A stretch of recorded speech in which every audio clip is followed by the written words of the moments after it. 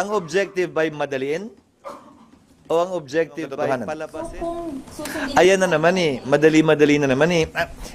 Saan ba galing? Saan ba nakasulat sa saligang batas na dapat madaliin ito? Oo, pero pati ba naman sa trial, forthwith pa? Wala namang nakalagay doon. Commence. Commence ang sinabi. Hindi sinabing trial shall be forthwith done. Tatapusin agad. Walang ganun. At kung kayo ang nasa panig na nasasakdal, masaya ba kayong isang araw lang ikaw magpe-presenta ng ebidensya, finish or not finish, pass your paper, parang grade 3? Again, I will leave it to the impeachment court, but personally, I think it's very difficult to limit the presentation of evidence on both sides to 1 day each. Simply at the soonest possible time. Hindi nakalagay na trial should be done at the soonest possible time, lalo na masyadong siniksik lahat ng bagay. June 11 ba may assurance na gusto talaga ng majority ng Senado na mag-convene? Paano sir kung ayaw, kung ulitin ko, by motion kaming lahat. Sinet ko ng June 2, nung nag-resume kami, bago kami mag-resume, sinet ko ng June 11, wala namang nag-object at nag-motion sa plenaryo, kaya June 11 ang naset. Kumotohan yun para italaga sa ibang araw yan. Either mas maaga o mas late. Wala pa rin ako nakikitang resolusyon. Yung binanggit din nila maglabas nun, hindi naman ang Senado. So, hanggat walang fina-file, wala namang kaming actionan o ma-actionan. Sir, merong nilabas na timeline si Senator Tolentino that they essentially abbreviate the trial and have a judgment by June 30. Bagay yan ang dapat pagpasahan ng impeachment court at hindi ako o siya. Mapag-uusapan lamang yan kapag na-convene ang impeachment court dahil desisyon ng impeachment court yan. Pero maikling sagot siguro, paano ba at bakit ba naging objective na paikliin? Ba dapat protektahan natin ang karapatan ng magkabilang panig, ang nasasakdal at ang prosecution, na mabigyan sila ng sapat na panahon na ipresenta ang kaso nila upang sa gayon may basehan ang pagpapasya pagdating ng panahon. Sir, wala kayong pressure na nararamdaman considering yung open letter sa inyo ng UP Law School, De La Salle, San Sebastian, na lahat ho nananawagan sa inyo na immediately action na itong impeachment case. Nung hindi naman ginawa yan ng Senado noon, 3 impeachment complaints lamang ang nakarating sa Senado.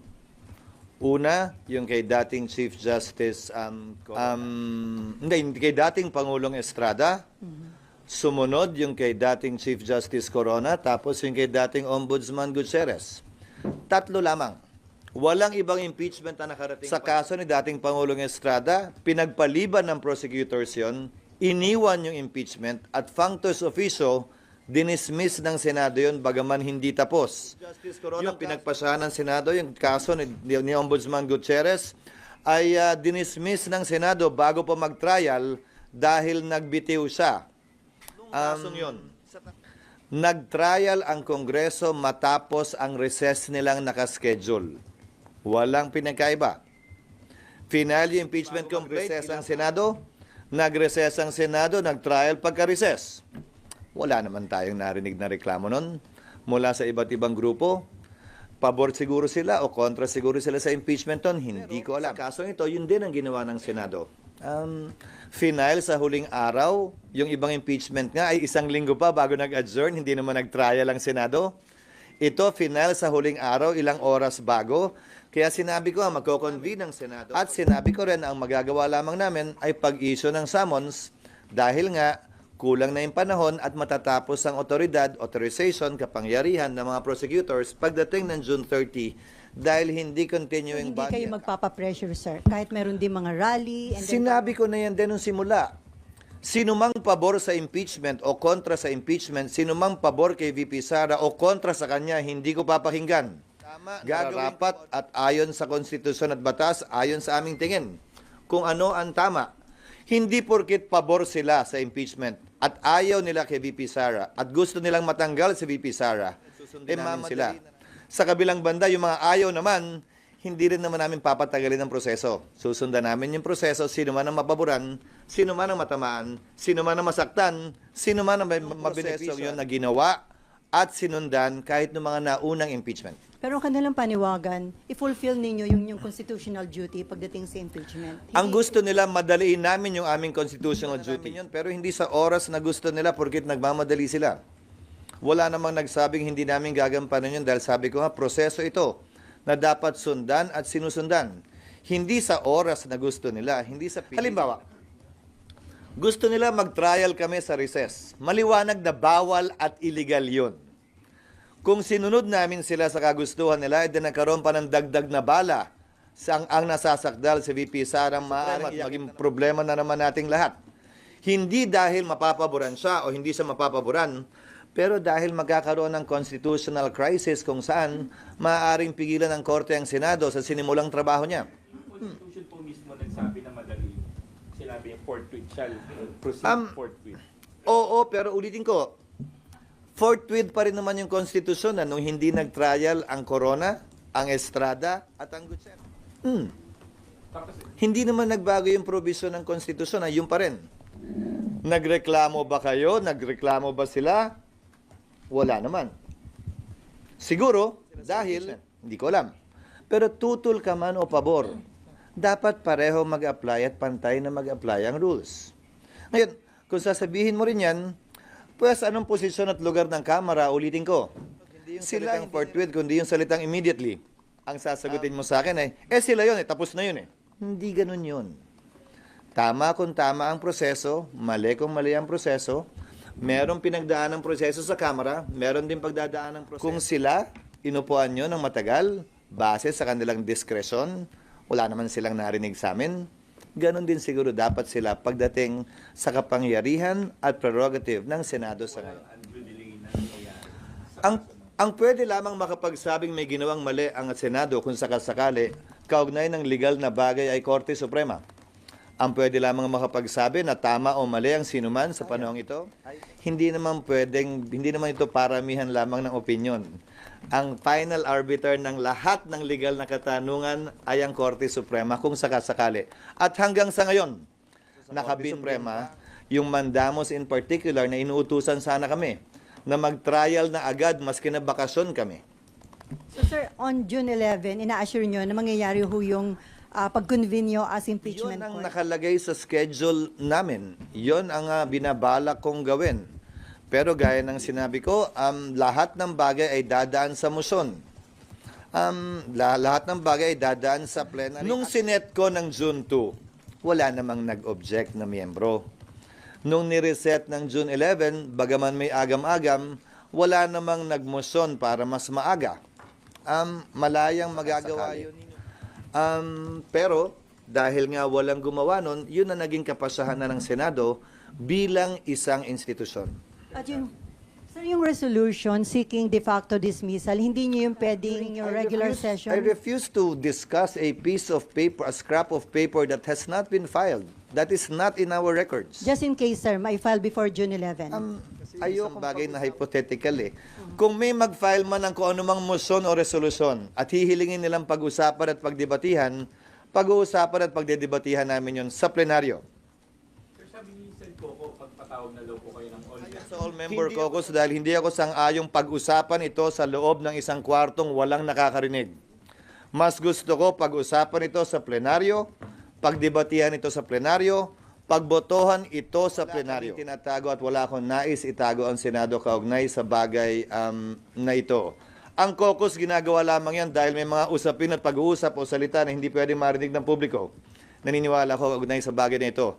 Lahat ay pwede at dapat. At anumang pagpapasya, kailangan padaanin sa botohan para on the record, para magamit ding basa nito ng mga susunod at darating pang Senado sa kinabukasan. Sir, si SP, dating... sir. Hmm. Sir, ang Si mga Isam. number one, hindi na nga daw nag-trial nung February. Of course, meron kayong explanation for that. Tapos, sinep ninyo ng June 2, hindi pa natuloy, minove to June 11 na mga yung resolution, and then merong for the dismissal, and then merong statement like si Senator Tolentino na functionally dismissed pag nagtapos ang 19th Congress. So, sir, nandun yung ano kasi... Putulin muna kita, Senator Tolentino, sa bagay na yan. Sinabi ko na yun noon. Ang paniniwala ko at ang tingin ko, tatawid ito. Pero itong opinion to mula sa 19th Congress ay hindi pwedeng i-bind ang 20th Congress. Kailangan pagpasahan muli yan ng 20th Congress. February 6, isang araw matapos finalang ng impeachment, sinabi ko na ang mga mangyayari at wala akong tinago. Di ba sabi ko, pag-resume namin, kami ite-take up ito. Ang magagawa lamang namin dahil sa mga requirement ng panahon para makasagot ang nasasamons lang, baka makapag pre-trial kami, baka maaprubahan namin yung rules namin. Hindi ba? At sinabi ko na rin na may mga president sa United States na tumatawid ito. At marahil dito sa Pilipinas, ang isang president na kung saan yung mga kaso ng Senate Electoral Tribunal tumatawid ng susunod na Kongreso. Yung kaso. Dahil 6 na taon yung pinoprotesta. Wala pang pasya ang Korte Suprema kaugnay sa bagay na ito. Pero may ilang basehang pwedeng gamitin, patunayan at i-assert, ilaban na ito'y tatawid. Dahil na rin nga sa prinsipyo, sa batas, na anumang sinimulan ay dapat tapusin. And then SP kasi ang siguro or pinagpoprotesta din ngayon is yung kawalan ng certainty na magko-convene kayo sa impeachment court. Can you give that guarantee, sir? Ang Na tuloy sa June 11? ginagalang ko yung pagkadismaya nila. Ang karapatan nila yon. Pero hindi porkit nadidismaya sila, sino man sila, at hindi porkit nagmamadali sila at gigil at gustong-gusto nila to. Bagaman labag ito, hindi lamang sa konstitusyon at sa batas, pero sa pagpapasya ng Senado, kaugnay sa mga dapat naming ipasa. Sumulat ako kay Speaker Romualdez kaugnay sa pagpapaliban ng impeachment, pagbasa ng impeachment articles. Dahil sa LEDAC namin, nais kong sabihin na karamihan sa mga panukalang batas na yon, ilan ang Right of Way Act, third reading today, ang 99-year lease, mararatify namin mamayang hapon, ang Presidente, ang Mining Act, hopefully matapos ang BICAM ngayon o bukas para mapirmahan na rin. Ang Judicial Fiscal Autonomy, third reading din namin ngayong araw na ito. Ang denatured bill ay maaprubahan din namin. Ay inaprubahan namin ang Bicameral Conference Committee ng Livestock Bill, naaprubahan din namin. Aaprubahan din namin sa araw na ito ang Nuclear Bill, ang framework na mag-establish ng pagkakaroon ng nuclear energy dito sa ating bansa. Ito third reading din namin ngayon. Ayon sa nabanggit ko, ang Virology Act at gayon din humigit kumulang 50 local bill na bagaman hindi importante sa mata ng marami, ay importante sa mga lokalidad kung saan ito makaka-apekto.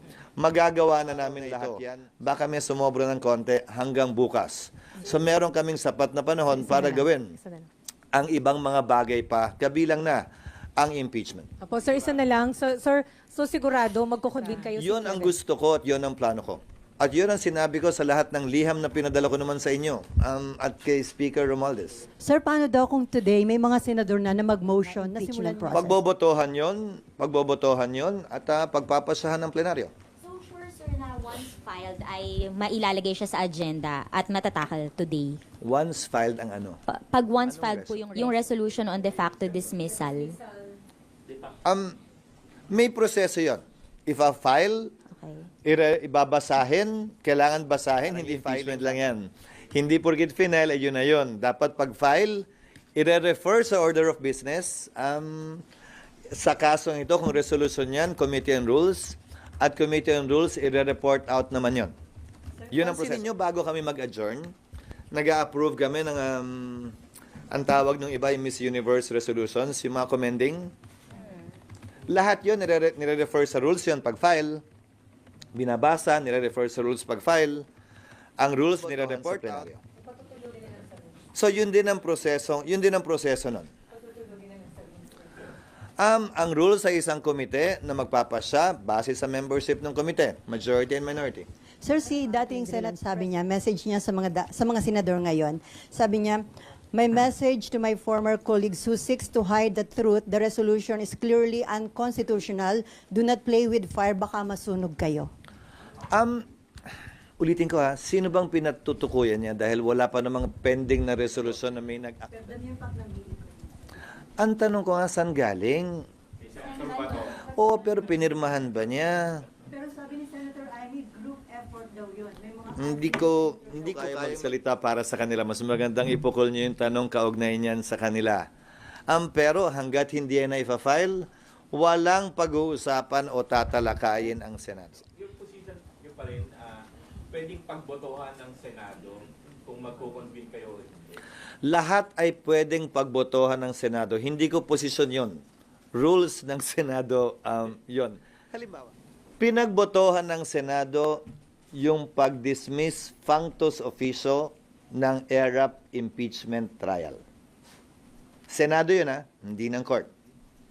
Dahil ayaw nang magpakita ng pinagbotohan ng Senado